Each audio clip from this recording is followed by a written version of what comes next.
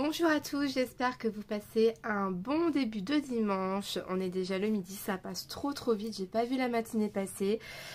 Mon bébé dort, donc j'en profite pour vous faire une petite présentation d'un nouveau jeu, un nouvel oracle que j'ai acquéri hier. Je suis trop contente. Pourquoi je suis trop contente? Parce qu'en fait, pour celles et ceux qui me suivent, je commence à apprendre l'astrologie avec le livre de Roland.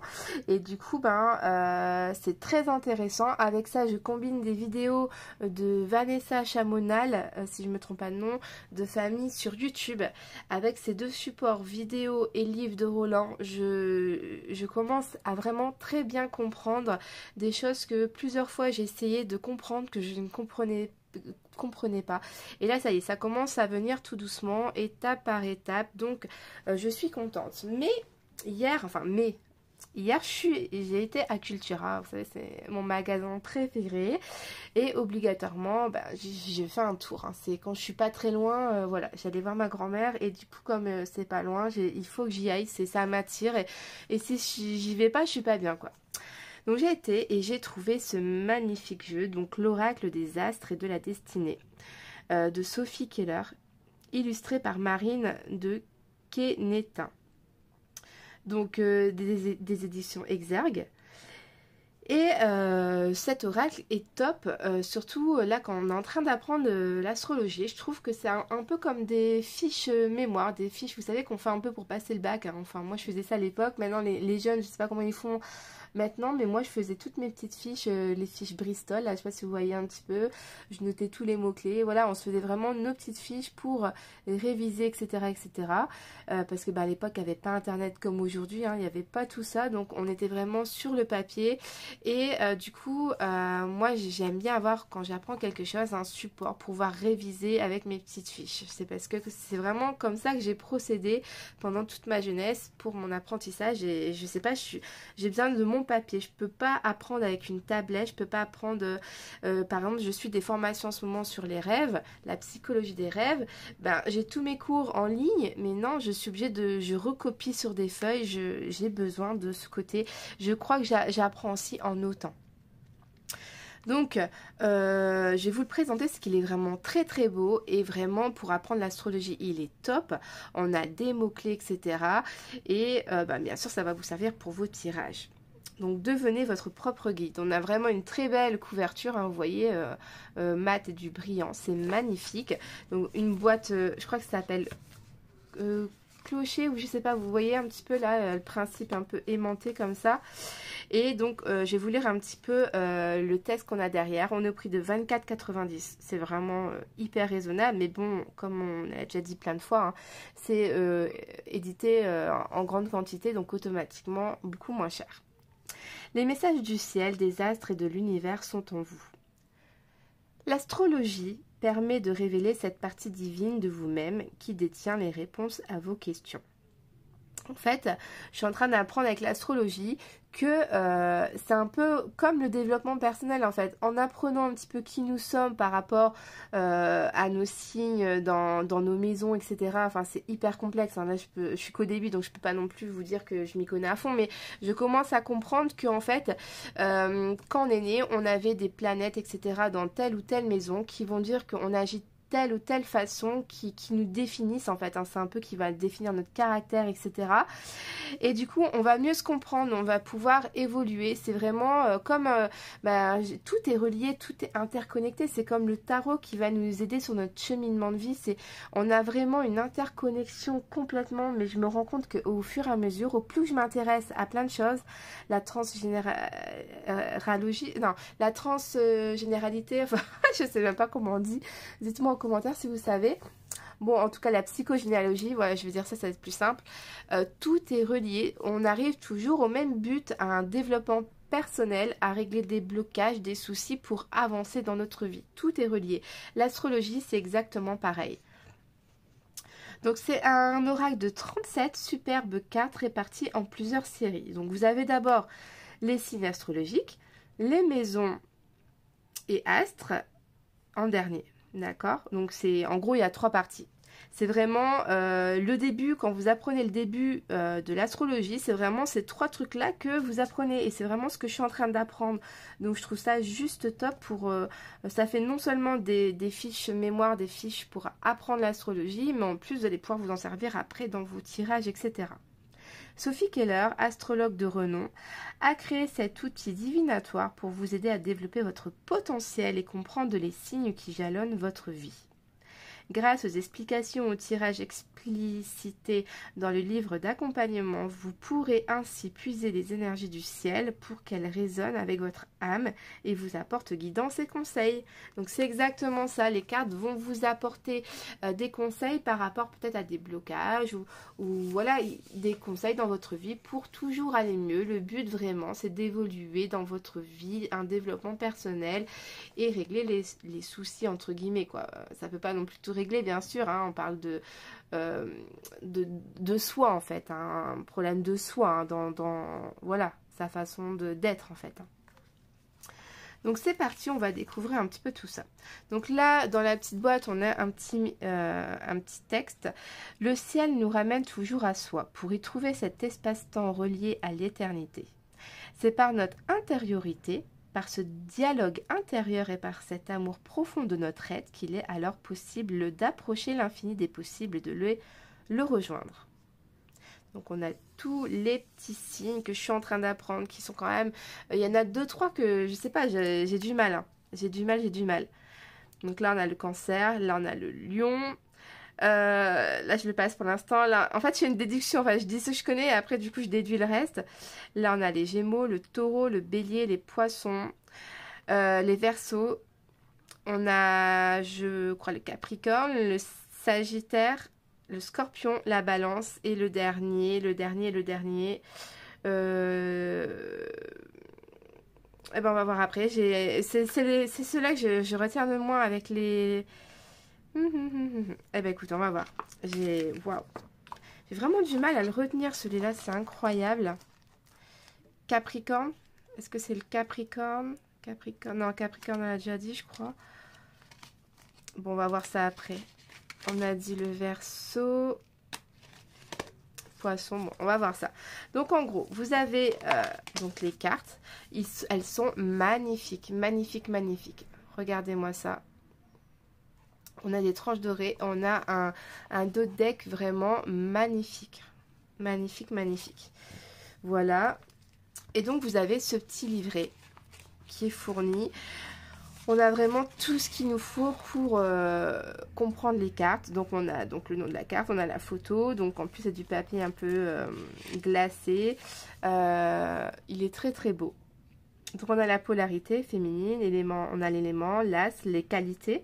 Donc par exemple pour la Vierge, on parle d'intelligence analytique, d'esprit méthodique, de discernement, dévouement, intégralité, la rationalité, la discrétion.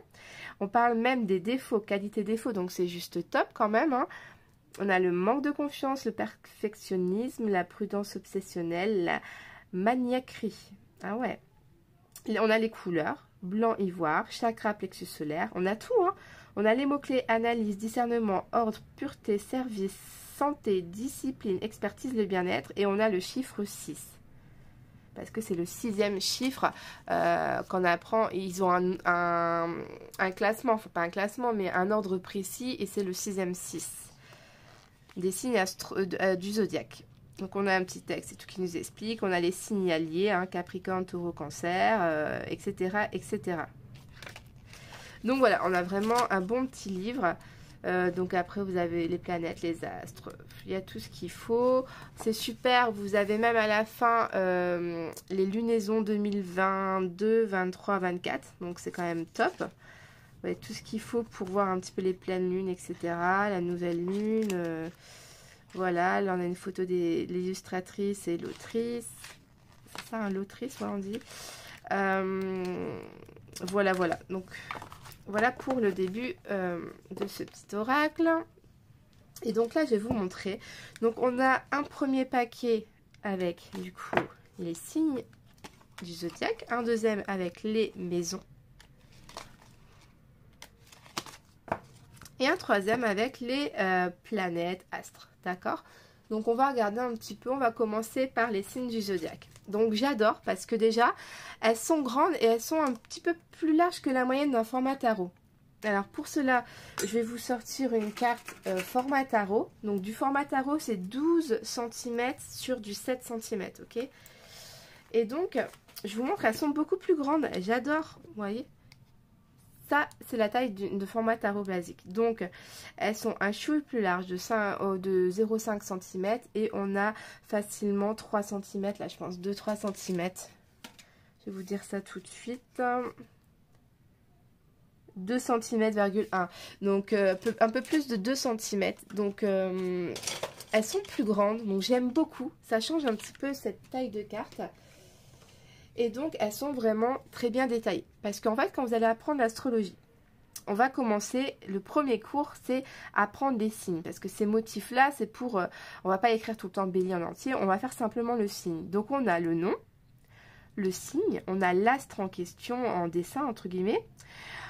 Et on a les mots-clés sur les côtés de la carte. Là, on a l'affirmation, l'action, leadership, empowerment. Alors, c'est bizarre parce qu'au début, je croyais que l'oracle était en anglais, en fait. Parce que là, je me dis, mais c'est de l'anglais, ça, vous voyez. Je me suis dit, ok, l'oracle, il est en anglais. Et quand j'ai pris la deuxième carte, bah, c'était en français. Et l'autre, en français. Donc, j'ai dit, bon, bah, ça doit être un mot en anglais qui se dit comme ça en France, mais je le connaissais pas. Donc, voilà, on a des petites... elle a un regard quand même, voilà quoi, hein, on dirait elle est sûre d'elle, cette dame-là. On a aussi un dessin qui peut nous parler, qui peut nous inspirer, l'intuition elle peut sortir.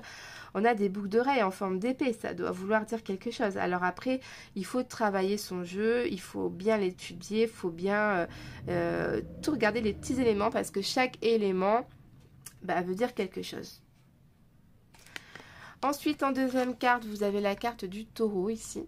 Donc, toujours pareil, on a le dessin, on a un petit signe. Alors là, vous le retrouvez là, le bélier, le petit signe, et puis il est là aussi, vous voyez, en fait, elle change.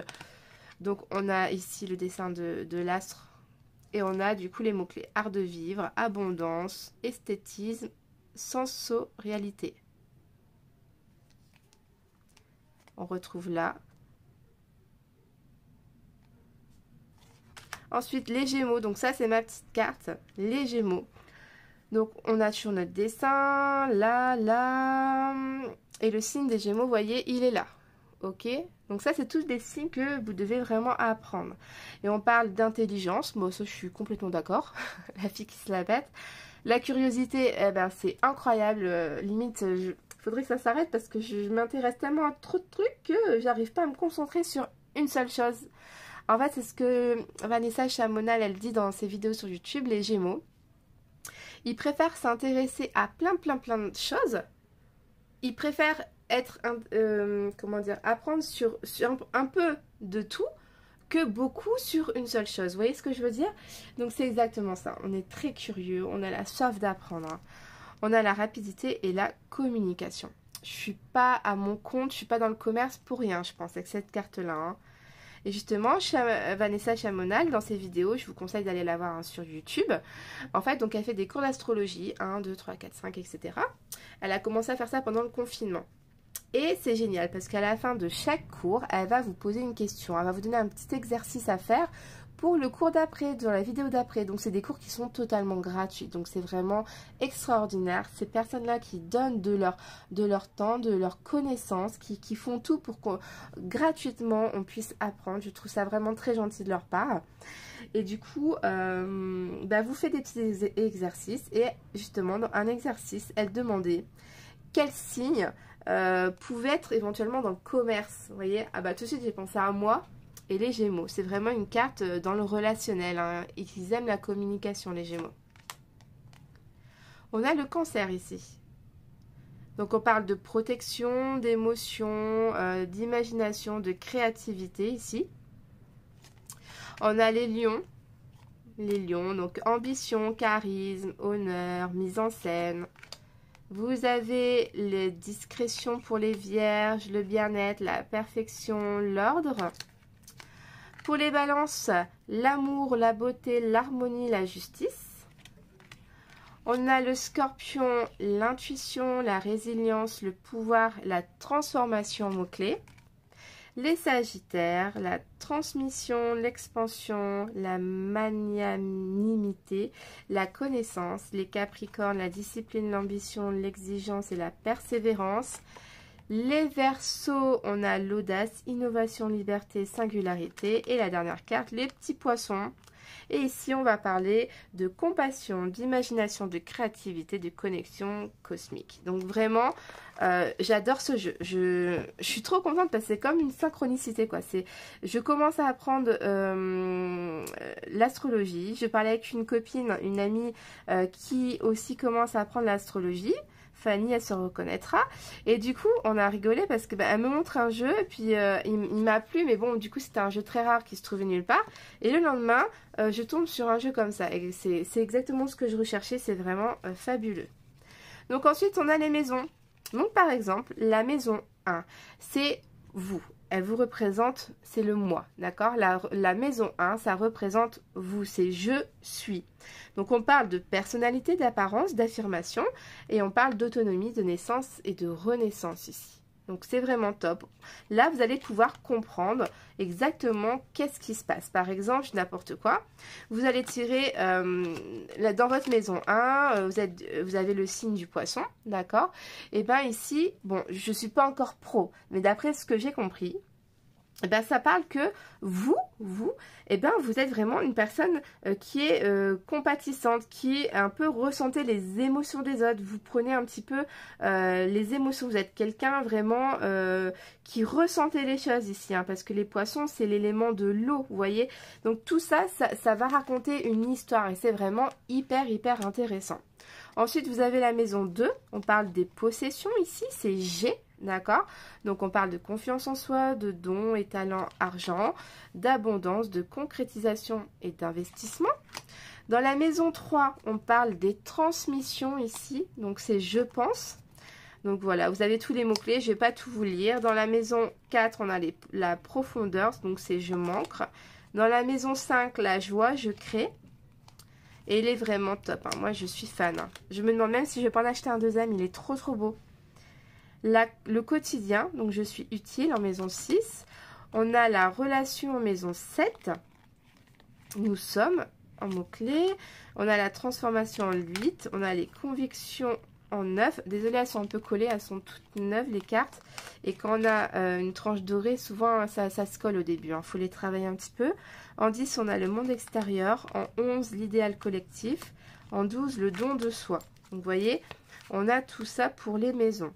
On en a 12, bien évidemment, 12 signes, 12 maisons. Du coup, je pense qu'on va avoir automatiquement 12 cartes ici. On va regarder un petit peu. Non, il y aura peut-être plus, une en plus. Là, ouais, on en aura peut-être 13. On va regarder ensemble.